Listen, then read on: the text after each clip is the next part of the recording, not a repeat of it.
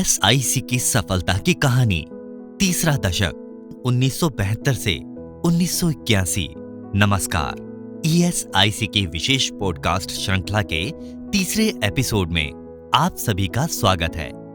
अभी तक आप ईएसआईसी के शानदार 2 दशकों की कहानी सुन चुके हैं और अब तीसरे दशक की तरफ आगे बढ़ते हैं।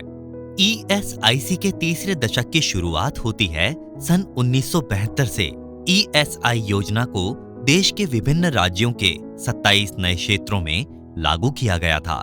वर्ष 1972 तक ईएसआई अस्पतालों की संख्या 46 से बढ़कर 53 हो गई। इसी साल श्री के.वी. रघुनाथ रेड्डी तत्कालीन श्रम मंत्री की अध्यक्षता में ईएसआई कॉरपोरेशन की मीटिंग में निगम द्वारा मेडिकल बोर्ड एवं विशेष मेडिकल बोर्ड के गठन का निर्णय लिया गया। ईएसआई योजना के तहत ईएसआई अस्पताल एवं डिस्पेंसरियों के निर्माण के लिए महाराष्ट्र सरकार को फंड आवंटित किया गया।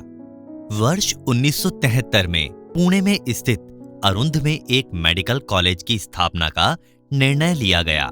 बात करें वर्ष 1974 की, तो इस वर्ष स्थायी अपंगता हित लाभ और आश्रित जन हित लाभ के घटते मूल्य में वृद्धि करने का महत्वपूर्ण निर्णय लिया गया। इसके अलावा केंद्रीयकृत दर अनुबंध के अंतर्गत सामान्य रूप से प्रयोग की जाने वाली औषधियों, दवाइयों की खरीद का निर्णय लिया गया। मेडिकल पदों को भरने के लिए केंद्रीय सरकार सेवा से अलग ईएसआईसी के लिए कैडर बनाने का प्रस्ताव रखा गया तथा ईएसआई योजना के तहत नए अस्पताल, औषधालयों और अन्य संस्थानों का निर्माण का प्रस्ताव भी रखा गया। वर्ष 1976 में लगभग 39,75,000 बीमा धारकों को स्वास्थ्य देखभाल सेवा प्रदान किया गया। इस वर्ष तक ईएसआई अस्पतालों की संख्या 59 हो गई थी। 25 फरवरी 1977 ईएसआई के लिए यह एक ऐतिहासिक दिन था। वर्ष 1952 में 1,25,000 बीमा धारकों से शुरू हुई ईएसआई योजना अपने सिल्वर जुबली वर्ष 1977 तक लगभग 57 लाख कामगारों एवं 2.22 करोड़ लाभार्थियों को अपने साथ जोड़ लिया था।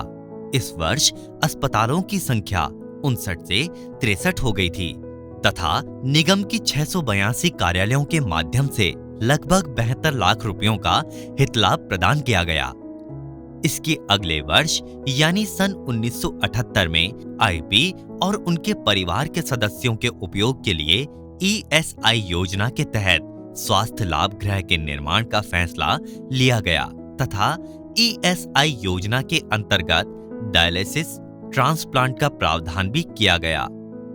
तीसरे दशक के अंतिम वर्ष यानी 1981 में ईएसआई अधिनियम 1948 के अंतर्गत दिए जाने वाले अपंगता और आश्रित जनहित लाभ की दर में भी की गई वृद्धि को लागू किया गया। ईएसआईसी की सफलता की कहानी के इस भाग में सिर्फ इतना ही। अगले भाग में हम जानेंगे कि निगम द्वारा ऐसे कौन से ऐतिहासिक फैसले लिए गए जिसने ईएसआईसी को एक विश्वसनीय एवं लोकप्रिय संगठन के रूप में स्थापित किया। ईएसआईसी से जुड़ी महत्वपूर्ण जानकारियां एवं ऐतिहासिक तथ्यों से भरपूर कहानियों को जानने के लिए हमारे चैनल को सब्सक्राइब करें और नोटिफिकेशन का बटन दबाना ना भूलें।